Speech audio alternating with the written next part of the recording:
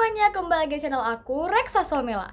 Hari ini aku akan mengupload cerita horor lagi. Dan aku mau minta maaf, kemarin aku waktu hari Rabu nggak upload ya. Maaf banget karena posisinya aku lagi sibuk. Dan alhamdulillah hari ini, di hari Minggu ini, tetap ada kesempatan aku untuk membagikan satu cerita horor lagi untuk kalian semua. Dan hari ini aku akan membawakan satu kisah horor tentang kerangka hirang. Nah, kalian mau tahu ceritanya gimana? Let's get started. Tapi disclaimer dulu nih buat kalian semua bahwa di cerita ini akan membawa satu suku, dua suku sih terutama, yaitu Madura dan Banjarmasin. Tapi di sini lebih menekankan di suku Banjarmasin. Aku tidak berusaha untuk menyudutkan atau mengejek, tidak ya. Ini memang juga aku sudah diberi izin langsung oleh yang memberiku cerita ya. So, ini cerita aneh tapi nyata, tapi menurutku ini balik lagi ke kepercayaan masing-masing. Nah, jadi cerita awalnya bermula itu ketika adalah nih satu orang namanya Budi. Dia itu orang perantau ya, dari Madura merantau ke daerah Banjarmasin. Dan guys, dia itu juga berguru nih sama orang Banjarmasin, yaitu ilmu kekebalan. Jadi kalau misalnya ilmu kekebalan itu, kalau misalnya kita mau istilahnya mau ditikam atau mau ditusuk sama benda-benda tajam kayak pisau, itu nggak terkena ya. Maksudnya itu bukan nggak terkena, tapi nggak berdarah, nggak ada sakit atau luka sama sekali ya. Itulah ilmu kekebalan. Nah, si Budi ini belajar sama orang Banjarmasin langsung tentang ilmu kekebalan. Dan setelah dia mendapatkan ilmu kekebalan itu, dia malah petantang petenteng lah, ini istilahnya kalau anak Medan bilang ya, petantang petenteng. Tengi dia.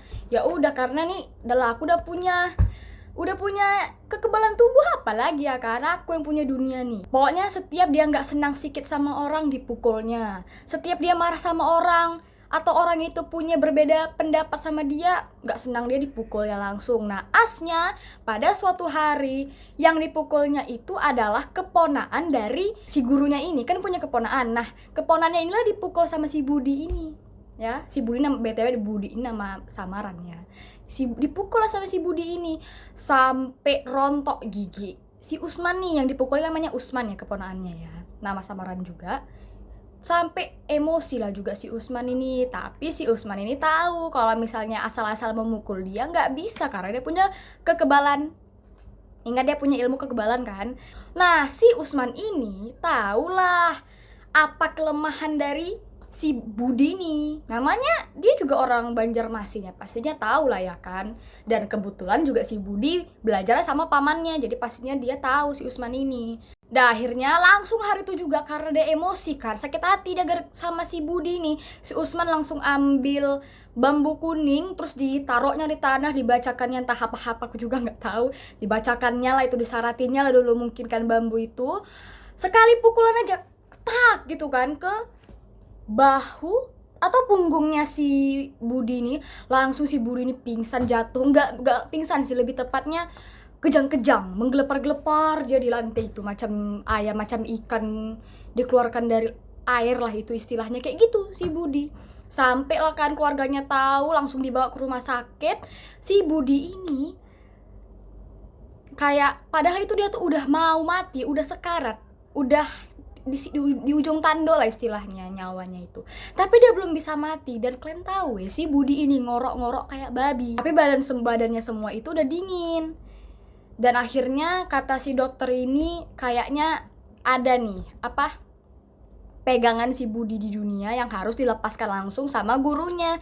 Dan ya siapa gurunya ya, itulah tuh pamannya si Usman ini. Dan akhirnya waktu si pamannya tahap dibacakannya ke si Budi, meninggal lah si Budi. Tapi gak sampai situ, karena mulailah teror dari si Budi ini. Jadi setiap malam setelah Budi ini meninggal, kedengaran suara kayak babi ngepet. Kok babi ngepet sih?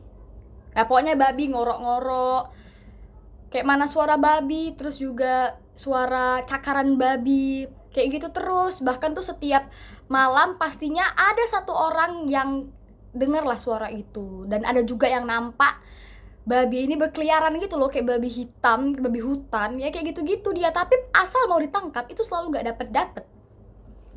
Jadi masuklah ini ke pengalamannya si Wawa. memang ya kan, namanya masih ceceknya si Wawa nih masih remaja, jadi dia tuh pengen lah, penasaran lah, kepo istilahnya sama suara babi nih, si kerangka hirang lah itu namanya. Kalau di Banjarmasin babi yang siluman istilahnya itu namanya kerangka hirang. Penasaran ya sama suara kerangka hirang, jadi bilangnya gini, dia sambil nyapu lah istilahnya. Kok istilahnya sih, emang lagi nyapu. Jadi si Wawa lagi nyapu sambil denger lah, ambil nguping cerita horor tentang kerangka hirang ini. Akhirnya dia bilang, oh aku sih nggak berani juga lah kalau nengok wujudnya, tapi kalau suaranya boleh lah aku dengar ya. Dah kayak gitu katanya. Betul pula kejadian, langsung dikasih sama Allah ini ya kerangka hirang untuk Wawa. Malamnya pas dia lagi belajar, itu kebetulan kasihan pula nih yang namanya Lisa, kakaknya namanya Lisa. Kasihan pula dia ini, karena dia satu kamar sama si Wawa. Pas orang tuh lagi asik lah belajar, tiba-tiba kedengeran suara ngorok babi, suara babi itulah pokoknya, sambil cakar-cakar. Terkejut lah si Wawa, ih apa itu? Teringat apa yang dibicarakan tadi, kerangka hirang. Dah kan menjerit lah si Wawa sama si Lisa itu juga. Ya Lisa juga terkena ya memang terdengar juga si Lisa ini.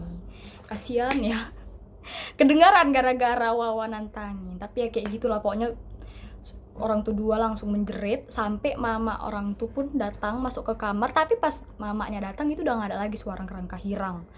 Gak sampai situ, memang sampai situ doang ya cerita si Wawa nih diteror sama hantu kerangka hirang ya. Tapi sekitar 2 minggu seterusnya terus-terusan tuh ada nampak babi lewat-lewat, lagi pos ronda ada babi, suara ngorok-ngorok babi, suara cakaran babi. Sampai akhirnya karena udah capek dengerin si kerangka hirang ini yang terus-terusan caper, ganggu-gangguin, neror-nerorin, langsung turun si pamannya ini, pamannya Usman yang gurunya si Mendiang Budi ya. Langsung datang dia ke kuburan si Budi, diambilnya bambu kuning, ditaruhnya ke cubung di tengah-tengah pasirnya si kuburannya si si Budi. Di kuburannya si Budi, taruhnya ke cubung, di komat kamit, dia bicara berdoa apa nggak tahu. Tapi setelah itu memang udah abis teror si kerangka hirang, udah nggak pernah lagi dia muncul. Jadi emang kayak gitu ceritanya. Meskipun ya nggak terlalu horor, tapi aku ambil ini sebagai cerita yang aneh tapi nyata sih guys, yang katanya dia jadi babi, jadi kerangka hirang gitu loh istilahnya. Ini apakah beneran dia atau hanya korin atau hanya siluman? Aku nggak tahu, tapi katanya sih itu memang Budi ya. Budi itu katanya kalau misalnya kita belajar ilmu kekebalan dan kita langsung dipukul sama orang yang Banjarmasin itu, pokoknya orang yang tahu kelemahan kekebalan ilmu kita ini, ya udah langsung menggelepar-gelepar dan bakal jadi babi gitu katanya ya. Tapi aku nggak tahu, ini sesuai kepercayaan masing-masing. Dan untuk kesimpulan lainnya atau moral lesson lainnya ya dari untuk Wawa, jangan takabur. Kasihan Lisanya kedengeran juga jadinya ya. Oke, jadi sampai situ doang ceritanya. Jangan lupa like, comment, share, and subscribe. Bye bye.